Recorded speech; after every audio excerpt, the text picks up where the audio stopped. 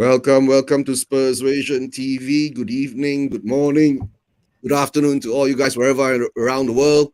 Right? Spurs Vision TV, we do it international. Hi guys, how you doing? Haven't been doing shows in some time now. Sorry to say because pre-season. I mean, summer's around. No football. Usually, I'm a bit lazy. To tell the truth. Yeah, but Be honest with yourself. You've got more pressing issues on your plate than simply doing these podcasts. yeah, at that time, yeah. And Steve, you're watching, right? I've sent you the link, Steve, right? If you hop on, right? If you hop on, please check your WhatsApp. Steve is a Newcastle fan, right? He's one of those, right? Yep. Oh, yes. Yeah, Makala. yeah. Can't wait Yeah, to see him. Mahala. Yep, Steve Mahala. Yeah, welcome. Well, Steve, the link sent to you. Check your WhatsApp. Okay, let me see. Is he on? Oh, Keshav is on. Okay, Keshav is on. But let him get synced up first, right? Okay, Keshav. And welcome, Keshav. And Keshav, I haven't got your friendly scores up yet. Right? Later when we are going through it, I'll do the banner again. Right? Okay, let me see now. I've got Jordan, right? Jordan is a Liverpool fan. Doc, of course, Doc. Okay, hold on. Let me do this first, right? The Spurs fans must be next together. Yeah. Doc is a Spurs fan. Spurs fans must be together, right? And then, okay, on the way down, you'll see Jordan's a Liverpool fan. Then Uncle Rods is a Liverpool fan. Okay, we all got this in sync now properly, right? In sync. Yeah, we're in sync now, right? We're in sync, right? Guys, thanks for being on. I'm really sorry I haven't been doing shows for some time. Summer transfer window, being a Spurs fan for the over years. To tell the truth, not many expectations, right? Surprisingly, we got some people in and out. But today we're not going to talk about transfers today, right? Today, we are going to be focused more on our pre-season friendly games. Okay, I'll go first because let's wait for Steve whether he's coming in or not. Right, hold on. Let me see. Is that Steve? Oh, yes, Steve is on. Hold on. Being a newcomer to Spurs Vision, he'll always get the Spurs Vision welcome. Right, hold on, guys. Careful.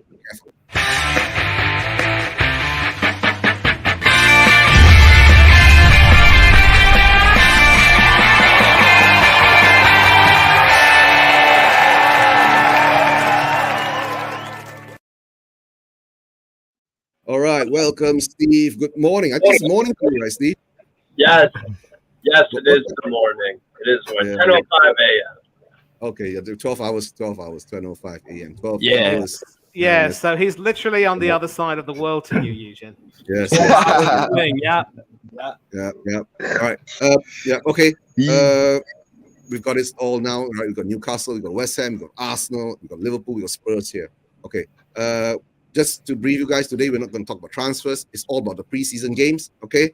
We'll just look into what games we played and how we feel about it. Is preseason important, or is just more just for the team to gel? Is it about the fitness, or is it? I don't care. We got to win all our games, right? It's preseason, no season, whatever season, go crazy. We'll go around that, right? But before, let's go through the chats, right? Jordan's here with me at the moment. Big up to Jordan. Strasbourg, Steve is here too, right? Big up to Nick. Big up Nick, and of course Elias is here too, right? Yes, Nick. I know. I somehow or another. Whenever I do the intro music, right? The how you call it's always too loud. It's always too loud. That's why I've got to warn everyone, right? Right? And of course, we have got Say No More Guff. Big up Say No More Guff, right?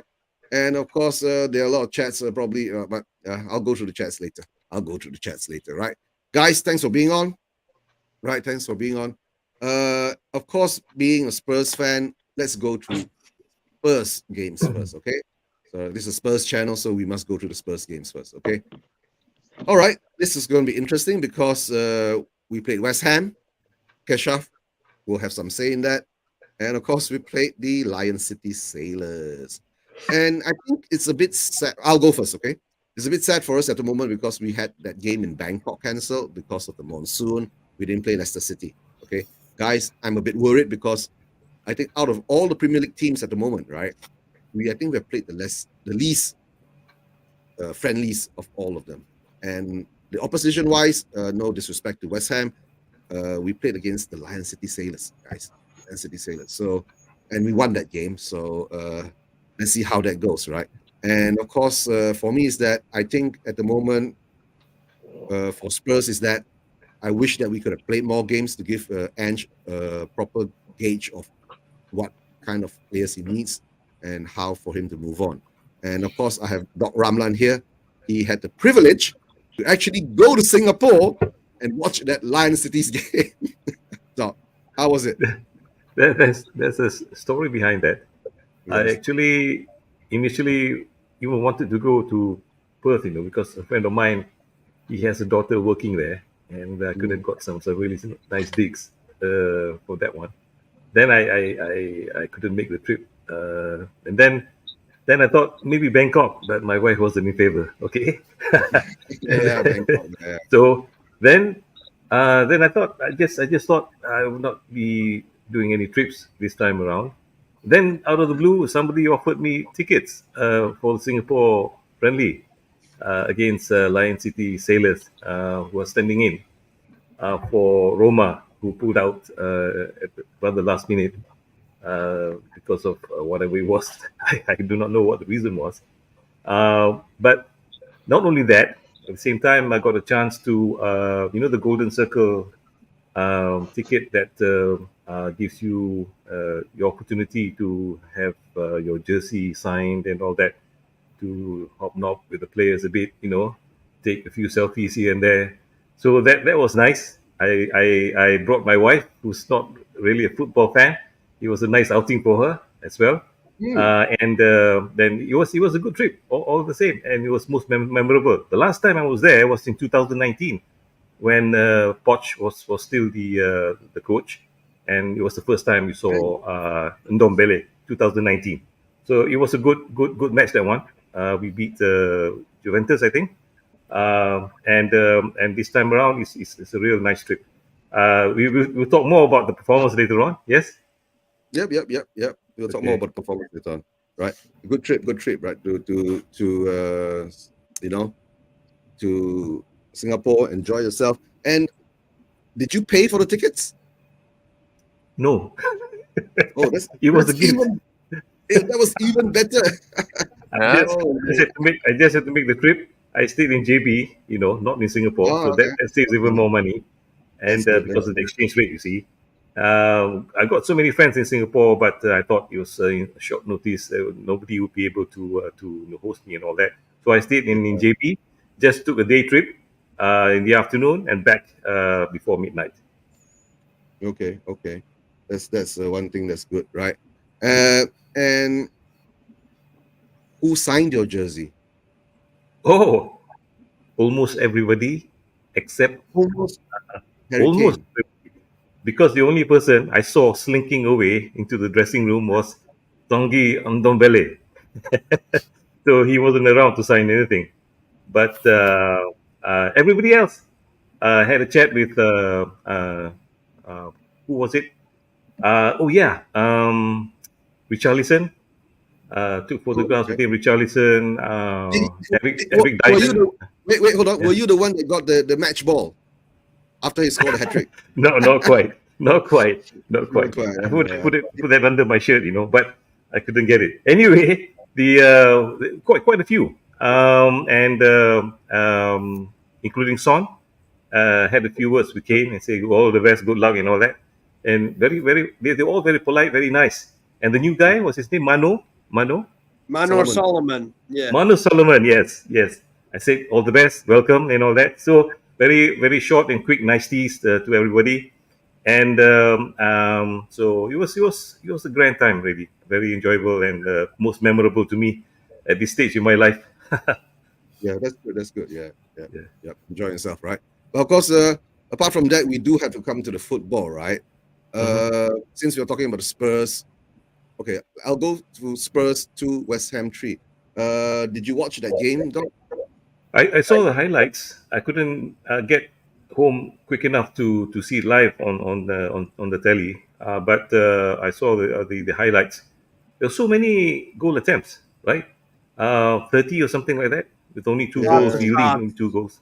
Lots Yeah. of shots from Spurs. Yeah. Yes, lots of shots. Yeah, and I thought, you can't read too much into friendlies anyway, right?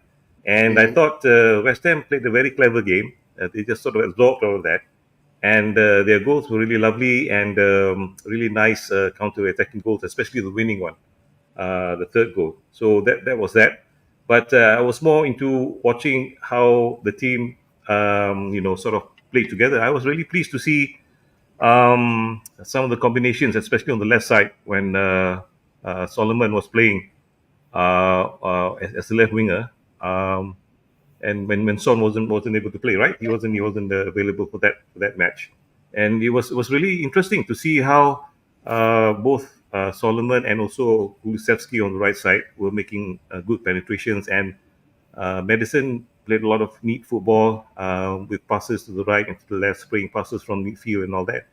And but the forwards were still not clicking. Kane was a bit slow off the mark, I think. Many of the passes were closer to feet than he would have liked, I think, because he was sort of overstepping the pass and all that. So apart from that, I think there were really good signs. I would happily disregard the result. Okay. Okay, I've got another question for you, Doc, right? At the moment now, right, being a sports medicine, your specialty is sports medicine, right? Yes, it is. Yeah. My worry here now is that is Spurs getting enough quality, practice in preseason now to prepare us for the fitness and whatever, the sharpness and all that, right? Is it are they getting quality time and to prepare themselves for the upcoming Brentford game? Really, if I trust that the conditioning guys with Spurs know what they really know how to do the job. Okay, and it is something that would have been something that needed to be planned even way before when the previous season ended. But with people coming in, it would be with people coming in at different junctures and all that. It's difficult to get everybody on the same level. I remember last time when I was with the national hockey team, our problem was that there were really only 4 to 5 players at the required level. The rest were lagging behind because of various issues, injuries prior to that, personal issues, so on and so forth. So it is more an issue of getting everybody at near same level as far as possible, so that they can have a cohesive um, way of performing in a way that will not be staggered or stop start and all that. This is most important. Everybody needs to be at the same level. The medical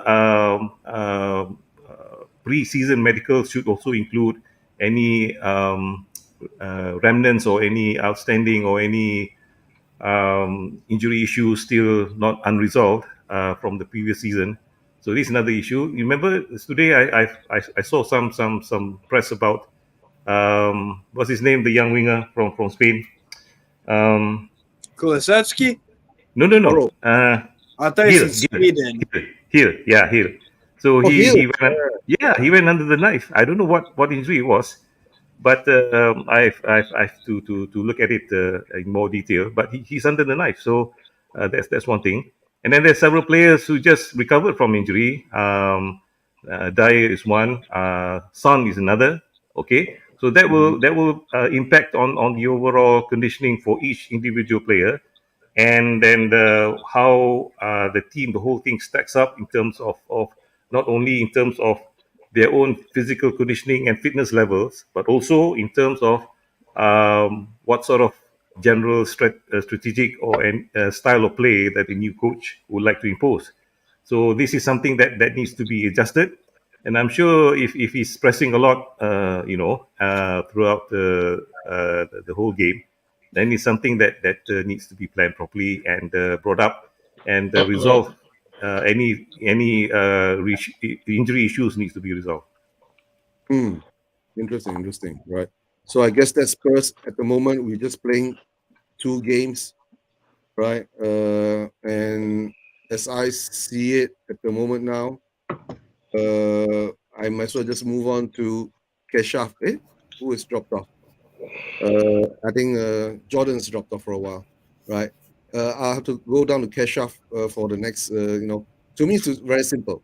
If for me, at the moment, what's happening for Spurs is a bit alarming because we are not getting, I think, enough quality games in. Because I'm just going through all the games that the other teams are playing. Teams are Newcastle playing Chelsea, Newcastle playing Brighton, Hove Albion, right? And the next game coming up for us is Shakhtar Donetsk. So that's another preseason friendly that we are looking at because that will be a home game, right? But at the moment, as I see it, I feel a bit underwhelmed of what we are doing, and whatever happens, right?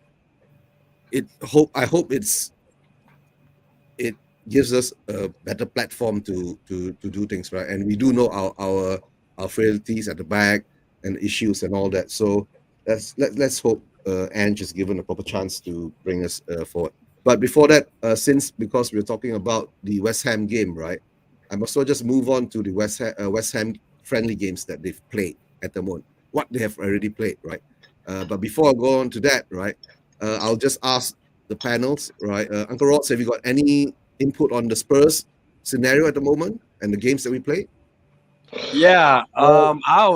Sorry. Go on, Rods. Yeah. Go on. Rods, yeah. I have seen clips of some of the Spurs games, and look, Spurs always play attractive football, do you know what I mean? So they've done well against the opposition and stuff, and I suppose at the end of the day, the real test is going to become at the end of the day, sort of like the first game of the season and that, and if obviously if Harry Kane is going to be there. But obviously that's a different story. But so far at the end of the day of what I've seen of Spurs, none too shabby.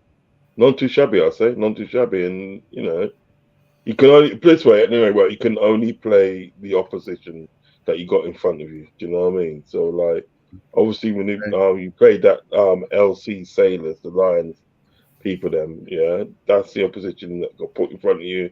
You have to do the job and stuff. So it's it's going to be sort of like trying times because the fact that you got this new manager and everything that, and it's everybody nowadays got obviously conformed to the way that he wants to play and all those great things and stuff. So really and truly, it's a time of change, if you know what I'm saying. It's time of change, and hopefully at the day, sort of like this manager, then they can bring some good positive change to Spurs. Do you know what I mean? So so far so good, I would say. Okay, that's good. Let me just go to chats for a while, right? Big up you guys all there. Daniel E, not Danny. Daniel E. Daniel? Yep, Daniel E, big up. And of course, Everman's from Hong Kong. Thanks for being on, Everman.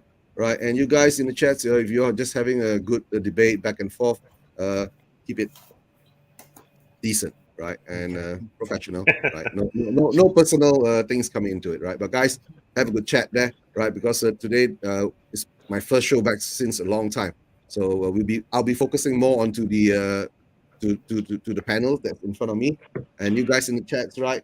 Play nice, play nice, right? Don't bite. Yeah. No, bite, but not too hard, right? Not too hard. You can bite, but be a nice bite, right? Okay. Okay. I'll come to Mani. Mani, what do you think about the Spurs games? Any opinion on it? Look, I can't really have much of an opinion on them because I never really got to see them, and I just found out later that in my neck of the woods, some of these games are being shown on the telly.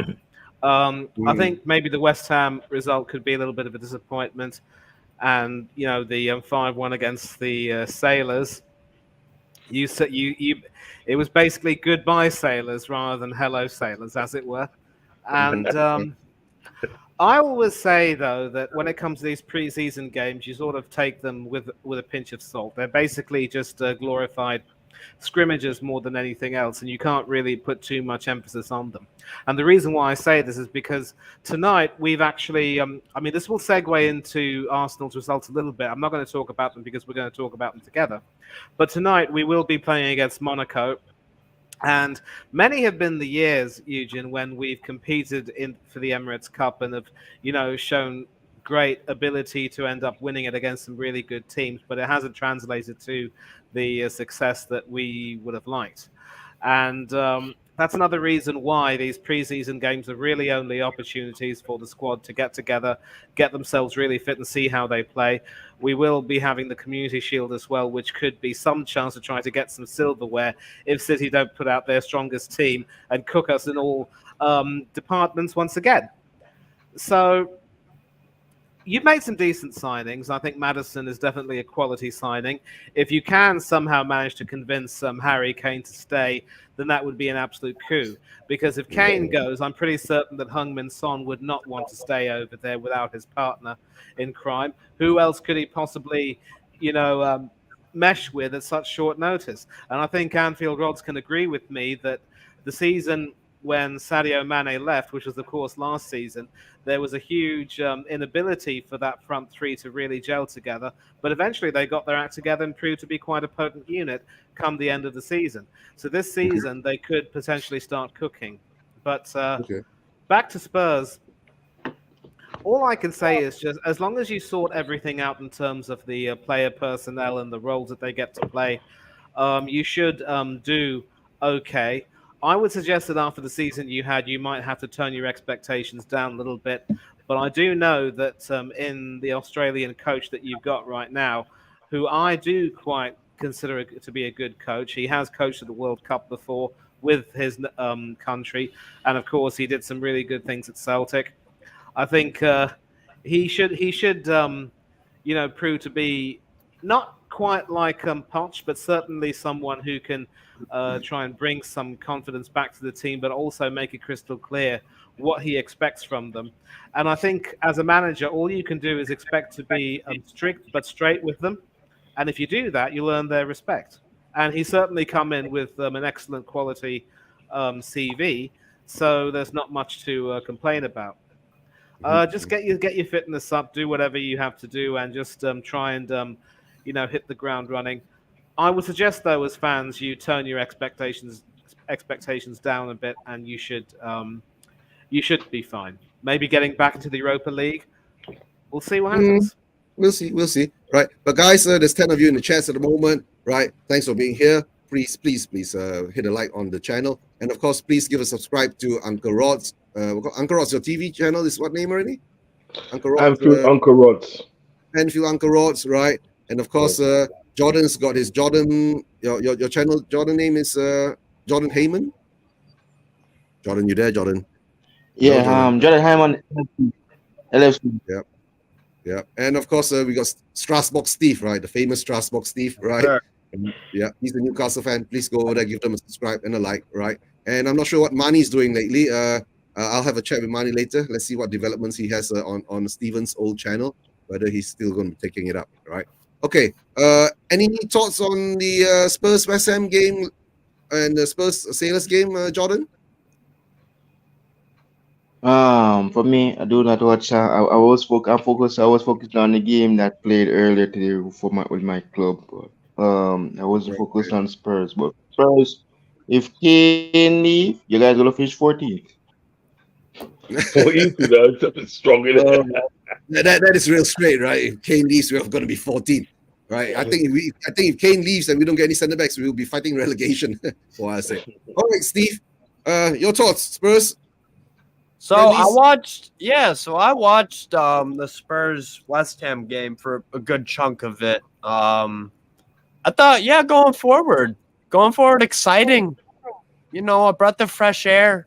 It's been a while since anyone really, never mind Spurs fans, just anyone watching football has enjoyed watching a Spurs performance. You're terrible defensively, but that's what happens when you have those cast of creatures as your defense. So it is what it is. I thought Vicario in the first half did well for you. Thought he made one or two really good saves. I thought West Ham had David Moyes has their game plan set up already, and they played you to a T. And I wouldn't be surprised if they beat you again in the Premier League this upcoming season, because you play exactly into Moyes' strategy, counterattack, you know? But yeah, I thought you were exciting to watch. Basically what I think, I honestly, I think Spurs are a lower end version of Liverpool. They'll score a lot of goals, but they're going to concede a hell of a lot. Spurs will concede a hell of a lot more than Liverpool.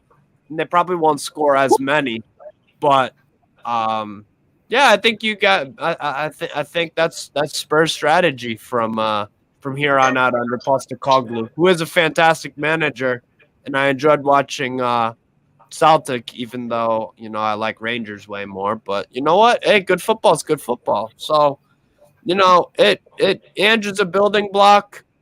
Let's see how long Levy takes to destroy it. So enjoy it while it lasts, I guess. Life's short.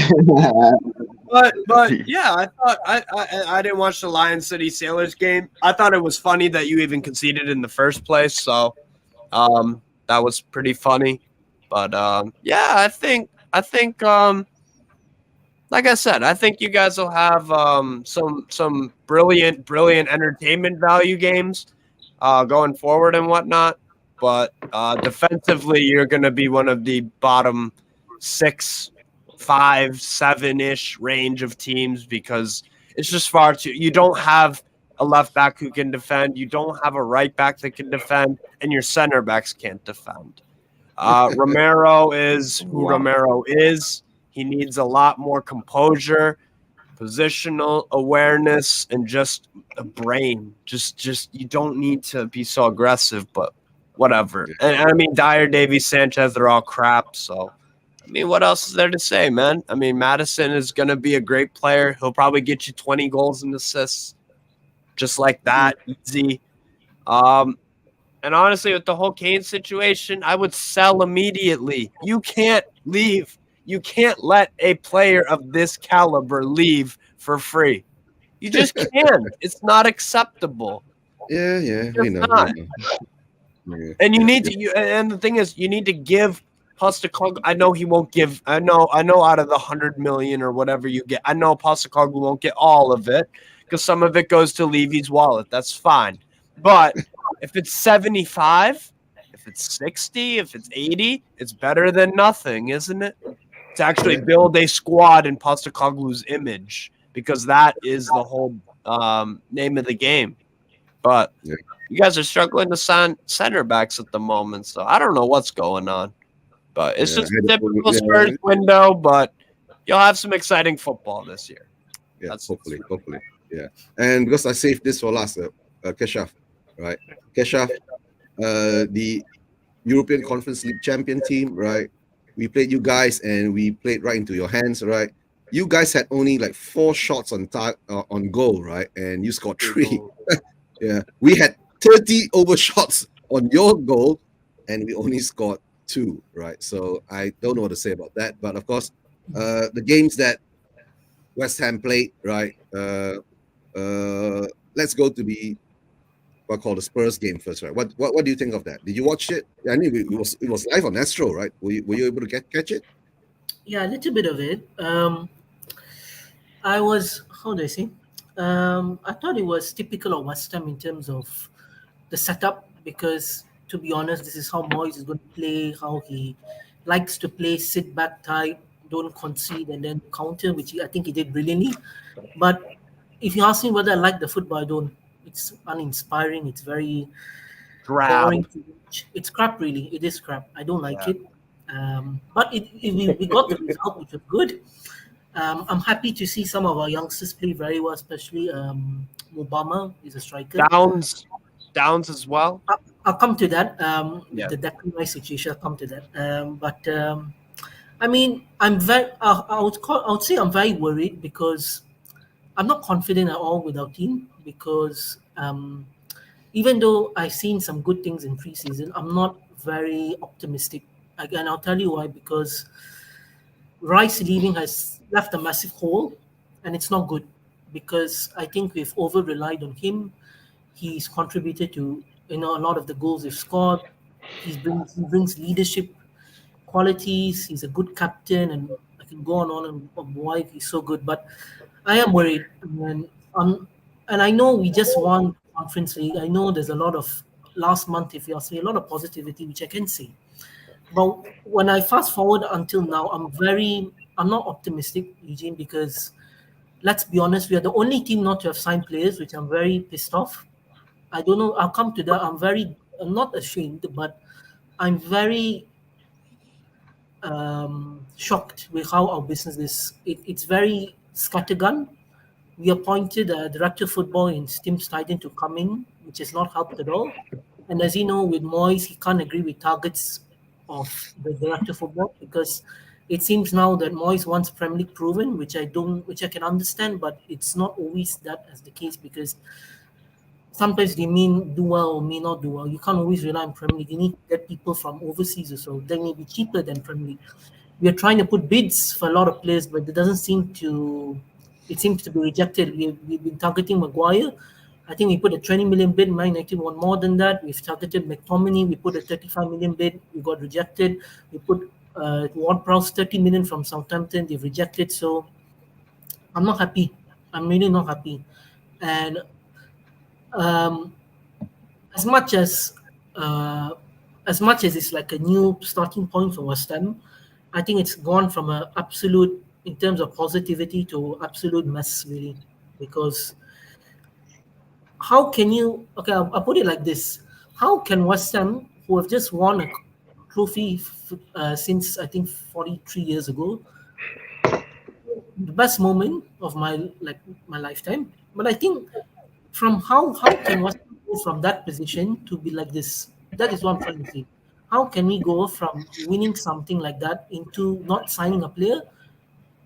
And I'm struggling to think. These past few weeks I've been pissed off. I'm not trying to put negativity out here, but I'm just trying to be realistic and say that I am disappointed because I've over the last few seasons I've seen West Ham sign players, and this time it's very.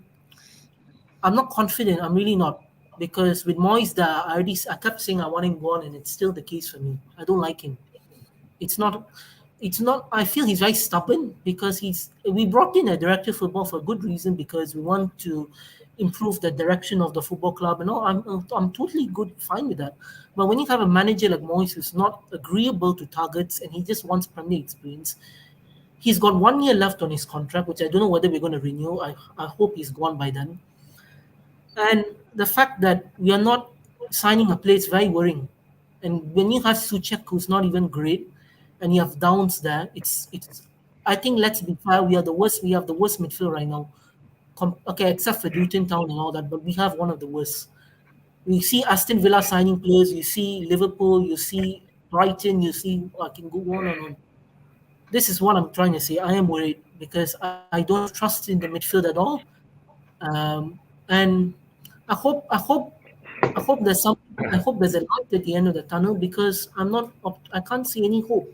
If you can't sign a player, that tells me that there's a lot going on. And I've already stayed off of Twitter because there's so much mess at the football club. Really is. Can't agree on targets, dilly-dallying, Moyes dithering. I can go on, but I hope but let's be honest. Next week it's going to be Souček and Downs. I can clearly tell you that. I hope we do sign, but I can't see. And with Moyes there, I got no trust. Really, I got no trust. Let's be honest, we're going to play the same football. We are going to play the same football, and it's not going to be good, nice to watch. I know the euphoria around West Ham winning, yeah, it's great. Thank God it happened. I'm very thankful for that. But it was best to sack him, really. It was, because I think this is really gone bad. We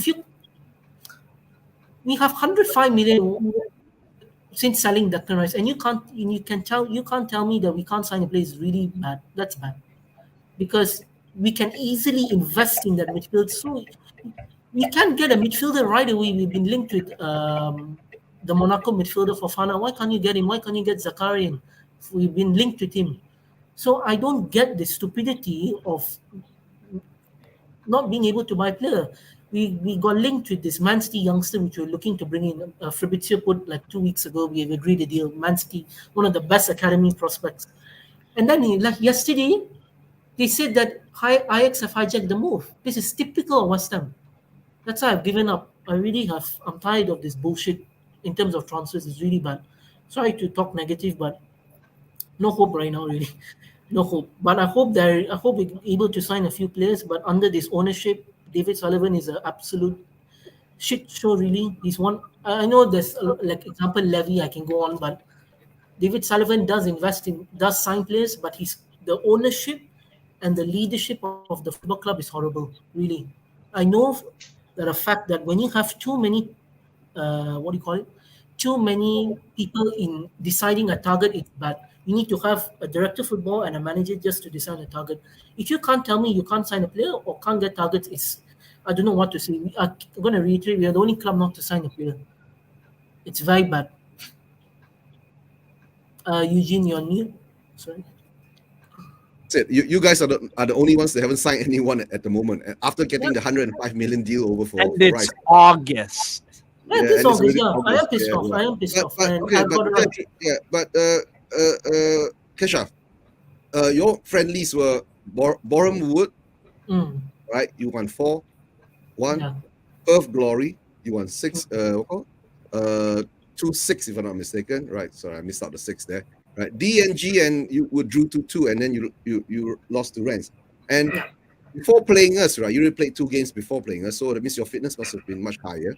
Okay, that's one thing, right? And now you played 1, 2, 3, 4, 5. You've already gone through 5 friendlies, and we've only gone through 2, right? And before I continue, I just big shout out to the guys in the chat. Snake, big up to you, right? Thanks for being on. Bobby K is here, and then Ellie, I just sent you the link. Who else is here? Right? Okay, they're all the same people. Hold on, let me get Ellie on. Ellie's just joined us. I'm not sure what it is. Let me give Ellie let me see who's that, right? DNG Dolce. DNG is not Dolce and Gabbana, right? Money, right? It's what's it? Dagenwood and what? Dagenwood and something, right? Dagenwood Simon, yeah. It's Dagenham and Redbridge, so that would be DNR. Oh, DNR, Dagenham and Redbridge, sure. Okay, DNG, Dolce and Gabbana. That's the one. Okay, let me bring Ellie in, right? But let me give her a Spurs vision welcome. I'm not sure whether Ellie's been here or not. But let's, guys, earphones, right? Everyone in the chats, the earphones. This is going to be really loud.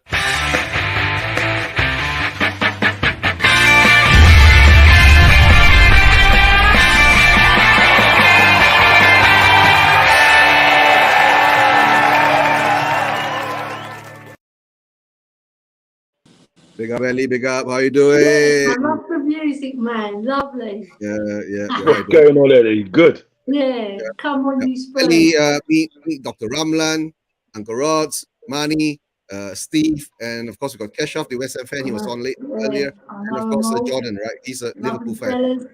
Yeah. West Ham. There you go. Listen, I've got an accent that day, which is close to mine. Do you know what I mean? Go on, Ellie. Get in there, girl. Get in there, girl. Ellie, we were just going through the games, right? Luckily, you're here quite early. We just went through the Spurs game, right? What are your thoughts on the Spurs game? Yeah, what about the actual game against the Pirates? Was that the Pirates and of course against West Ham? Any thoughts on it? West Ham, we dominated the match. We dominated possession. We should have beaten them, but we lost because of our defence. We know our defence is woeful. It's pretty dire, pretty Eric Dyer. That's what I call it. But it's not pretty. It's sad, you know. And that bloke has got more lives than a cat, hasn't he? He must have some sort of contact in the club to stay and survive this long, you know, doing all those defensive errors. I think he's had one pretty good season, but I wouldn't shout it from the mountains, just put it that way. Yeah. I was interested to hear the West Ham fan. What's your name, sir? Kisha, yeah. I was interested to hear you because, like, I always think if you win a trophy, it creates euphoria around the club. It does. And it was interesting to hear your take on your midfield and how you see David Moyes. From an outside perspective, I wish we'd won the Conference League that year when we were in it. You know, even if it doesn't matter what cup you win, it does create a buzz And I was listening to the great Steve Perriman's podcast the other day, and he said, when you win a cup, it creates a different level in the club. It creates an enthusiasm and it generates interest in the club as well. Plus, the players get a boost. Yeah, so you've got to play on that. I know it might be like you feel depressed because you've lost Rice and you've lost a few other players, but you know, you can build a new team like Spurs are doing. It's a new era for both of our clubs. But you've got a trophy behind you. We haven't won one for 14 years. This is our 15th year now. Yeah, so... Well, Ellie, I'm sure they'd love to build a new team, but they haven't made a single signing yet, and it's August. That's the one problem with that. I get your the theory behind it. I don't disagree with, but I'm gonna check West Ham Twitter real quick. There's no signings. There's no signings yet. So I don't know if they've got 31st, haven't they? So they better Yeah. get a move on. Yeah. Get, as they say in Tottenham, get your finger out. Yeah. But before we continue, let me say a big shout out to Jamie. Yep, Jamie, big up, long time no see. Hope you're doing well, brother. Yeah, hope you're doing well, right? Okay, guys. Any thoughts on the West Ham game? And we know what I know. I know what Kesha feels about Moyes, so we won't go there, right? Every show that I do with him since the whole of last season, he's been Moyes out. So yeah, after winning a trophy, he's still Moyes out, still not satisfied. So see, that is an ambitious fan. Too right. Yeah. Too Yeah, right. but, I mean, if we had more Arsenal fans like him, we'd go places. yeah, that's true. That's true. And we've got more Spurs fans like him. Yeah. But any more thoughts on the West Ham game? Because I'm sure we're all not West Ham fans here. We have our own clubs. Any comments for it? Let's go to Doc. Any comments, Doc? No, I said basically you can't read too much into any of these pre-season friendlies anyway. But I just wanted to see the signs of at least the new style of play. I know the defense is still dire, no pun intended, no. But all the same, we need to get those centre backs in. The new centre backs. Romero, yes, Romero is a disaster waiting to happen. Front foot defending and all that is all well and fine, but you need to be around to be helping the team. You cannot be amassing 10 yellow cards and be missing, and getting three games off from a red card and so on and so forth. It's just belligerent and reckless sometimes. Other than that, I'm pleased to see the midfield and the front purring a bit, and I can understand how Kesha feels, because sometimes what I'm looking for, I hope that whatever trophy we win comes off the back of a sort of performance that gives us a lot of pride, and enjoyment. I'm an idealist that way. I wouldn't enjoy any victory as much. Of course, we always like to have a trophy of some sort, but I'm just a dreamer, and I would like to see good play. Yeah, all the time. You know how it is. Style. You want to do it in style. Yeah, that's the thing. That's Spurs, isn't it? Play of Tottenham Hotspur. Yeah, and I'm sure West Ham was once like that, all bubbly football and all that, right? So one of my best friends is a West Ham fan, die hard from his childhood days and all that. And he wasn't like you, Keshav. He wasn't that euphoric. He still has his reservations and all that. So I can understand your feelings. Mm-hmm. You know what? Yeah, I've got a soft spot for West Ham. I've got a soft spot for West Ham. That's a hard one. I've got a soft spot. I'm a Liverpool supporter, but I've got a soft spot for West Ham because my older brother, he's a West Ham supporter. Do you know what I mean? Ain't gonna hold that against him. And my cousin used to play for West Ham. Mitchell Thomas used to play for West Ham. You know what I mean? That's my cousin. Second cousin. Do you know what I mean? So I got a soft spot. But you know something in that, right? If you look at West Ham, they do play some good football sometimes. Do you know what I mean? I mean, you look under the Pardew area. They were playing some fantastic football under his era. Then you had the Harry Redknapp era. playing some fantastic football under there. And like even on the Moyes there, if you look at it, sometimes they play some good football. I mean, the Europa League final and thing that they play some good football. Do you know what I mean? I just think in respects of West Ham, once they can get that together, sort of like they can be a force. It can be a force to reckon with. Do you know what I mean? And can be a hard team to beat. Do you know what I mean? But it's just getting themselves together and that. And like they need to go out and get a DM. They need to go out and get a DM. They need to fill that sort of like that hole in midfield. They need to do that. There's no question about it. They need to go out and spend like 50 million and get a good DM. Do you understand what I'm saying? Because they've got the money to do it. Do you know what I mean? They just got 105 million for Declan Rice, which is he's very good. So go out and get a good DM for sort of like 50 million, and I think they'll be all right. I think they'll be all right. I don't know what they'll win, but I think they'll be all right. So West Ham, I do like the way they play football. I do. Even from like years back, you know what I mean? Even if you watch sort of like games at the day, because I watch a lot of old games from the 70s. I watch a lot of that on YouTube and that. And if you look at the way West Ham used to play football even back then, it's fucking beautiful. It is beautiful. Do you know what I mean? The way it's play football, and it's still got that philosophy. So it's just a matter of like them sort of like getting it out together, go out, get a DM and a thing, and I think they'll be all right. I think they'll be all right. I love that you beat Arsenal in 1980. That was fantastic. And like you had Trevor Brooking, Alan Devonshire, you had Bobby Moore, you had Jermaine Defoe later on, you had Frank Lampard. You've had some fantastic players, and you are a traditional club in the traditional sense. So you've got to put your hat on West Ham, even though they hate Spurs. They really do, but they really do. And I just feel that you're a club that can go forward now that you've won a cup and get stronger. Maybe not under David Moyes, like you said, maybe under a new manager with fresh ideas. But you do need a top striker. That gift Oban is available.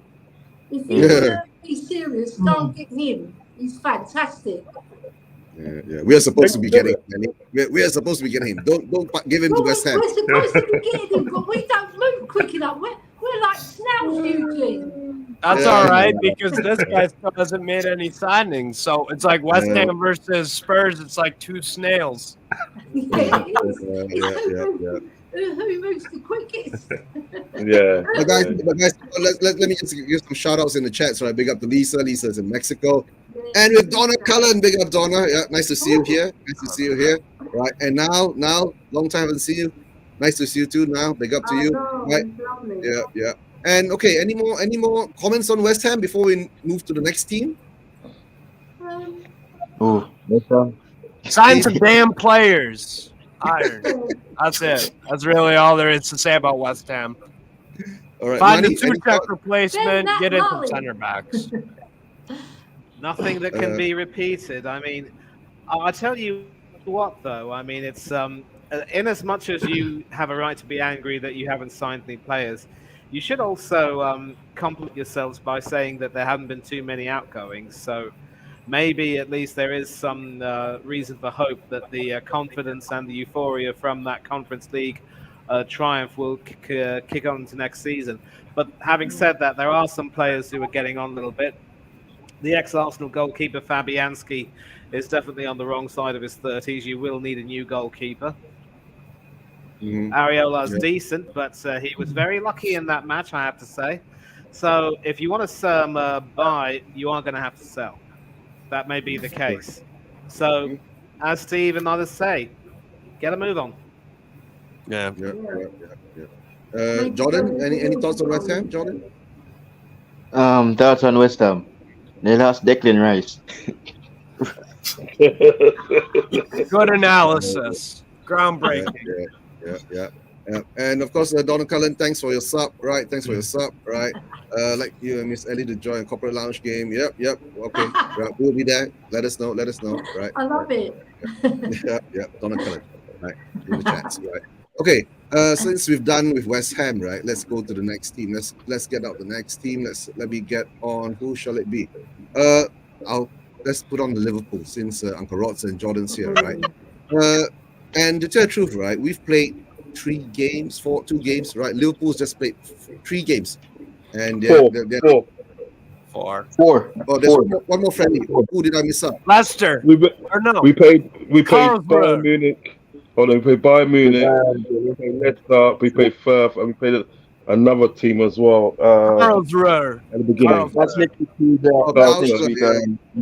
Karlsruhe, something like that. Yeah. So it's 4 teams. Quite the Bundesliga side. Yeah. So that means you played 2 Bundesliga side. Firth is from Bundesliga too, right? If I'm not mistaken. Yeah. Yeah. 3 Bundesliga side, including Bayern Munich now. Whoa, right. Okay, let me get to Uncle Rod's first, right? This preseason friendly games going on. What do you think? Do you think you guys are building forward since the momentum that you picked up from last season, reaching back into the European spots? Yes and no. With the players that we brought in McAllister and Szoboszlai for that, and McAllister is looking good. Do you know what I mean? Our attack and then they was always been good because we done it from last season with Cody Gakpo, Nunes, Jota, and so forth. Do you know what I mean? So the attack wasn't anything really to worry about. But the midfield at the day is looking. It could be better, but it's not looking too bad. I'm still not happy with it. Do you know what I mean? Because we lost 5 midfielders and we've only brought in 2 so far. Do you know what I mean? But McAllister is looking good. But where I have my problem at the end of the day is defense. And to me, at the end of the day, there's no point in playing a certain tactic if you haven't got the players that can do that certain tactic anymore. Whereas like a couple of years ago and everything that, right? You can hold a high line, and Virgil van Dijk will run back. Matic will run back. Do you know what I mean? People will run back. Do you know what I mean? But now at the day, it's like, you know, they haven't really got the legs for it to do that now. Do you know what I mean? No. So what's happening now is that they're getting caught high upfield. Do you understand what I'm getting at? That's my main worry. Do you know what I mean? Is the defense at the day. You know, there's no point in putting Trent as right back. Because I've always said it today, Trent is not a right back.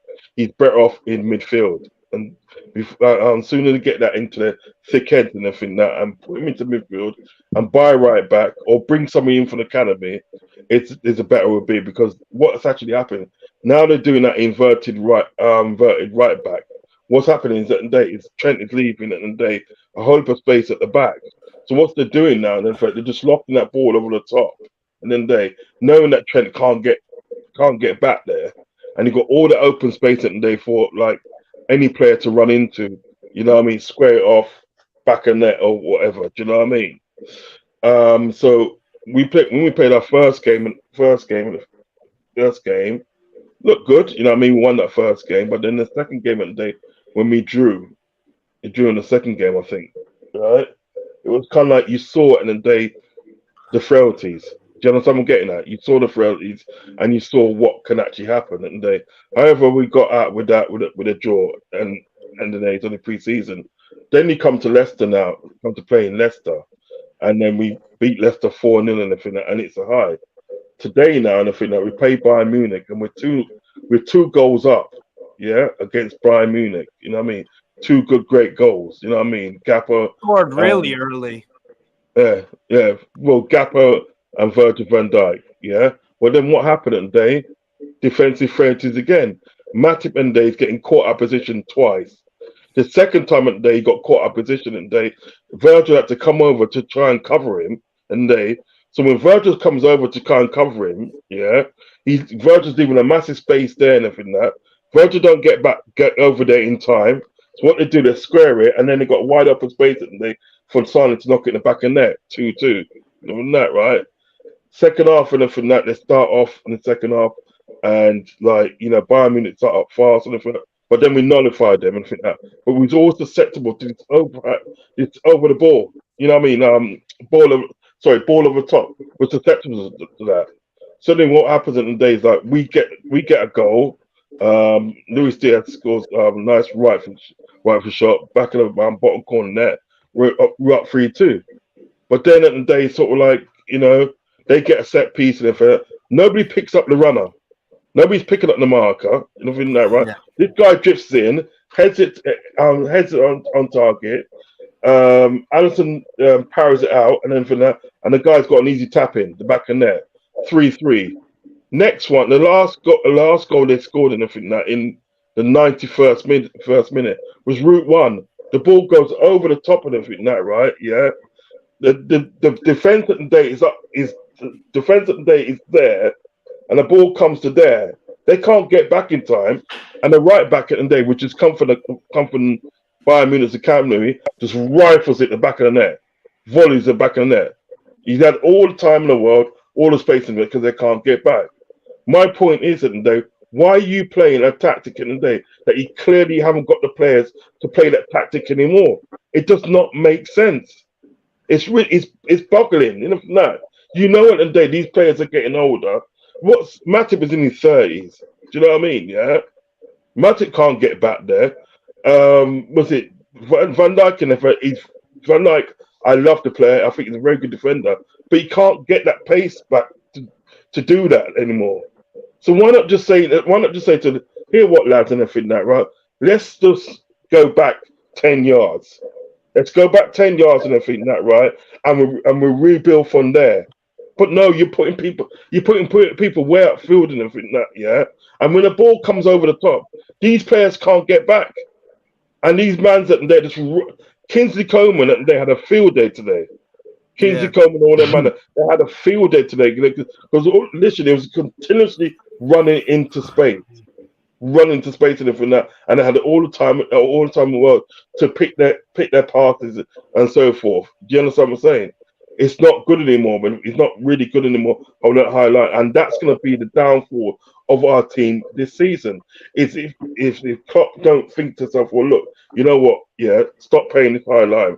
We can't play this high line anymore. Let's think of something else. And I think that, do you know what I mean? And, because we haven't really sorted out our midfield. That midfield ain't sorted out yet, and I've got a scary feeling today it's not going to get sorted out. We're going to go into this campaign today with just two midfields. I've got a scary feeling that's going to happen. We're going to go in two midfields, and what we're going to do is say, all right, Curtis Jones, you can play the deep line midfield and for that. When Curtis Jones used to either playing a 7, 8, or a 10. He's not used to playing the defensive midfielder. Do you understand what I'm saying? That's the dilemma that we're in at the moment. Is that we go out, we spend money and we buy two players and everything that, right? And then they think that's it. We don't need to buy any more players now. Do you know what I mean? And we don't buy no more players and everything, and we get fucked over. Do you know what I mean? The high line today, that's going to fuck us over.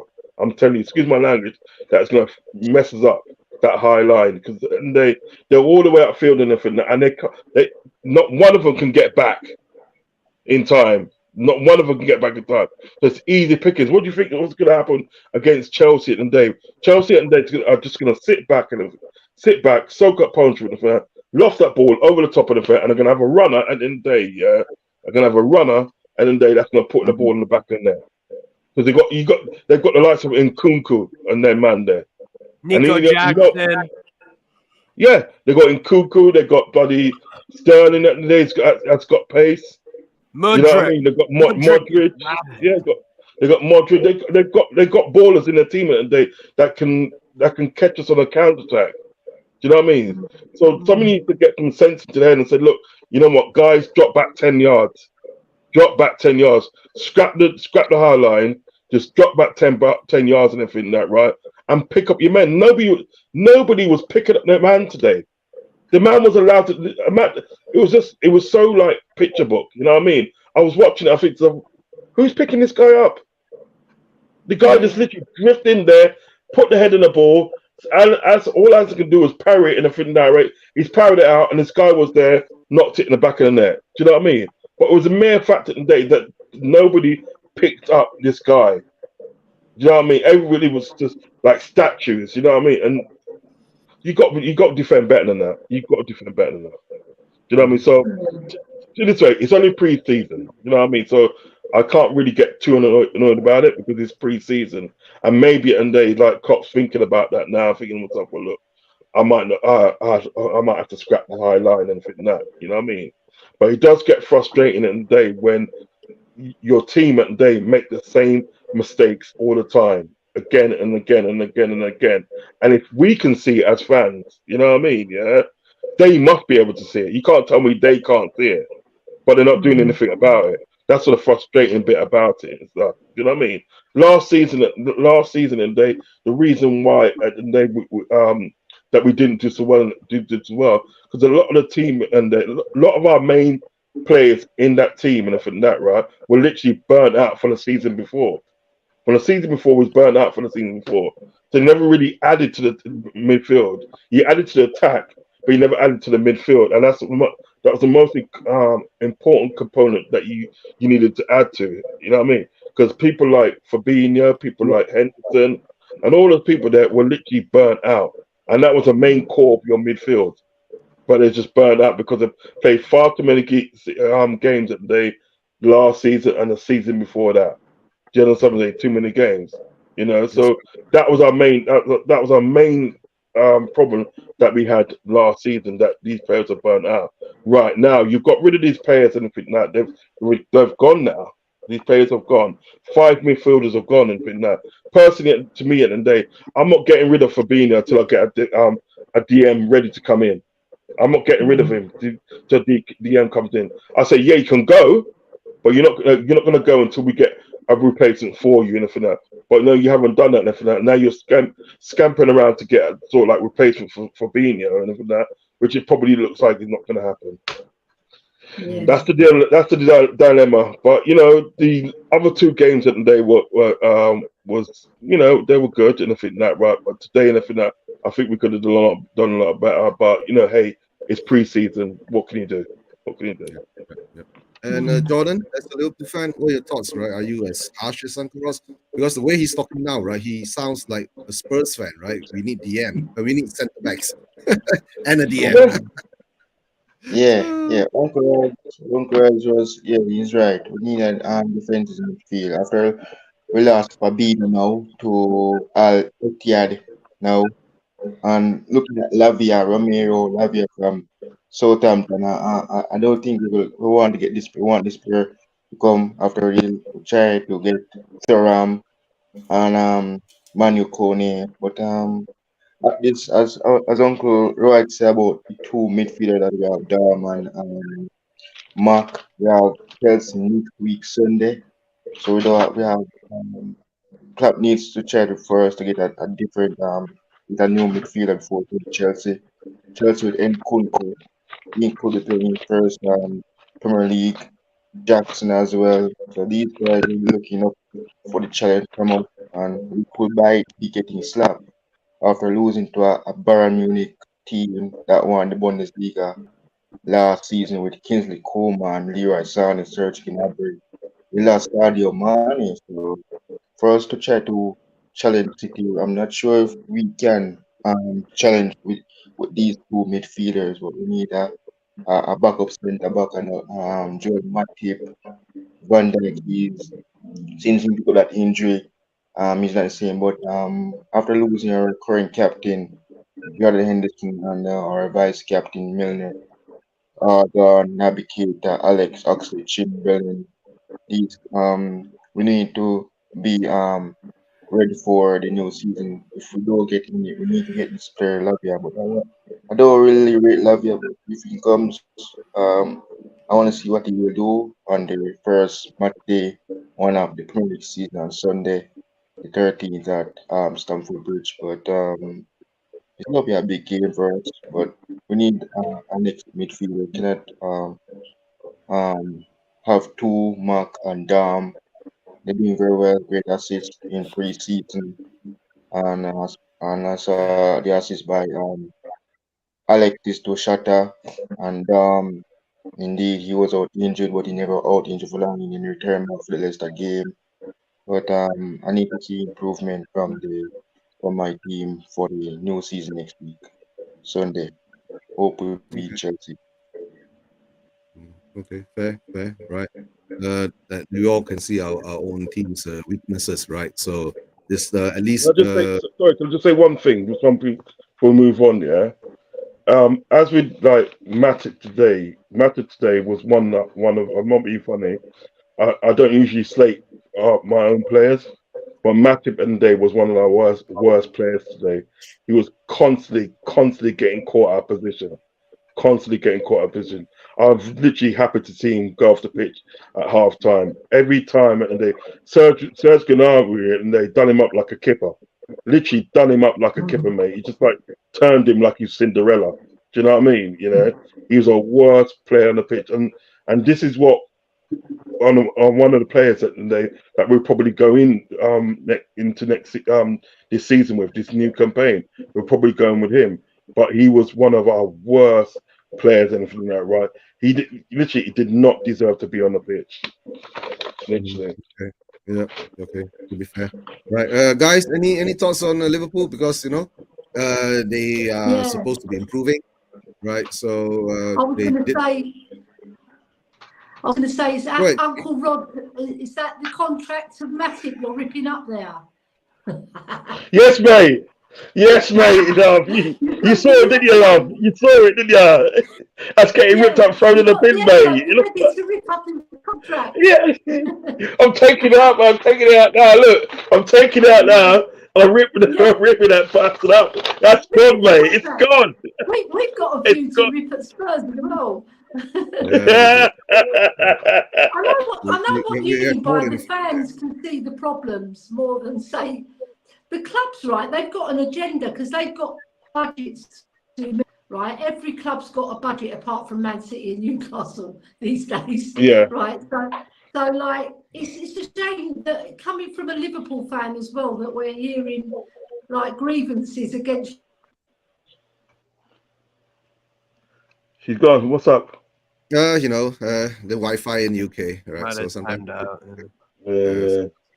floppy. Grievances against FSG. Well, if anybody dug deep about what's going on at Liverpool, actually, you would kind of understand and completely agree why there are grievances with FSG. They're cheapskates. They lack ambition.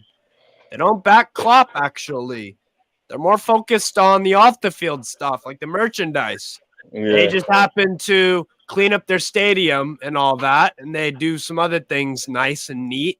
They don't have any ambitions, though, and they lie to their fans. What happened with the whole Bellingham thing? Oh, and then we're going to spread out the money for other signings. For 2 other signings and then a bunch of outgoings? Really? I mean, Liverpool are in a deep world of trouble. Going forward, they're not. You guys will be either the 2nd, 3rd, or 4th most prolific offense in England, maybe even Europe. You guys will and can score bags and bags of goals, no doubt about it. You're also going to give up a lot. Because if you – all right, look, let's look at your back four. Alexander-Arnold, not good enough defensively whatsoever. So then if you put Joe Gomez there, he's completely washed, terrible. He's not good enough for this level whatsoever, and he hasn't been for a while. So to cut across you, Gomez is actually better as a right back than what he is as a centre back. Do you know what I mean? So you're gonna get more. You're gonna get more joy out of him as right back. Let me go on. He's not the answer, but you're gonna get more joy out of him. And that's the thing. Man City don't do this kind of thing where if they don't have the player in that squad that is the answer at that position, they go and buy him. And your owners can. Your owners can. They choose not to, though. They choose to use PR and propaganda to convince everyone that they're broke when they really aren't. That's the thing that people don't realize. Makala, you clearly forgot this season when Chelsea decided to get rid of the left back. Hold on, guys. Just read the private chats for me for a while, right? I need to step up for a while. Okay. Okay. All right. That's all right. I could. No worries. Go on, Manny. So let's take a look at this thing. You clearly forget what Manchester City did last season when they got rid of the full back they purchased in João Cancelo and put a centre back by trade and Nathan Ake in left back. So they didn't go out and buy a new left back. They put someone in there. Now, Yeah, You but they had also him there. see- What I'm trying to say, you also Manny, Manny, they had him there. Sorry to cut across you, by the way. What you got to realize in there with Man City, they had him there already. You know what I mean? They bought this guy Nathan Ake, and they had him there, and they for when anything happens, and this guy can step in. Do you understand what I'm getting at? We haven't got that I agree. situation where we can But the thing is- we can put somebody in. Do you know what I mean? Because look at it, and Trent Alexander and they right. He's been horrible at defending, and they for a minute now. Yeah, going forward, he is wonderful. You know, putting us balls in the area and stuff, and he's pacing it for. But defensively, and he's not that guy. He's never have been that guy, right? And we've never really, and they had a replacement there to say, well, look, you know what, Trent, and you concentrate in being in midfield, and then what we're doing, I think that is that we've got a right back there, and I think that can, you know, do your job, and I think that is a difference. Whether like, you know, Man City do all this, whether they do this sports washing and all that, they've always got somebody there that they can replace a player with. They're not going to get rid of a player unless they got a natural replacement. I'm telling you, they're not going to do it. So they sent João Cancelo to Bayern Munich, and they knowing that they sort of like they got somebody in there that could come in straight away and do the job. Well, I You know mean, what I they mean? had to. They had to. I mean, actually, like the real left back they could have gone used instead was Emerick Laporte, but instead they sort of shoehorned a centre back in Nathan Ake over there, who's hardly ever played at left back for the most part. He'd normally be a left centre back in a back five, or the left-sided centre back in the back four, but he would hardly ever play at left back, and somehow they were able to make it work. Now, the reason why I talk about Gomez, and I'm glad you agree that he'd be better, is because with Trent doing so well, Klopp never really rated him for some reason, and he never really was willing to give him the chance to do as well as he could. You and I can both agree that whenever he was played in the center, he looked like absolutely a fish out of water. But when he was when he got into that right back position, especially when you lot came to the Emirates and gave us a tough game, I believe Gomez replaced TAA at halftime and kept Gabriel Martinelli quiet. And it had to take, I think, a Bukayo Saka penalty to win that close game. But I'll tell you what, that was a game where you gave us a run for our money when we were expected to beat you handily. So that's an example of how sometimes player mismanagement can be a bit of a problem. I think, sadly, I might have to agree with Mr. Makhala that Gomez's days at Anfield may very, very well be numbered.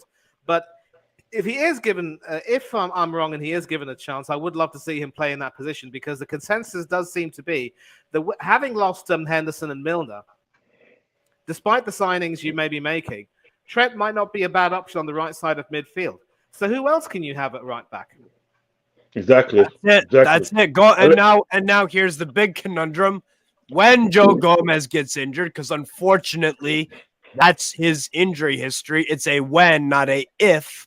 When he gets injured this upcoming season, whether that's for a week or for a month, who is playing right back? You're throwing in an academy kid right into the middle of a season, beginning of a season, end of the season. If you're challenging for something, that's not a good situation to be in. That's just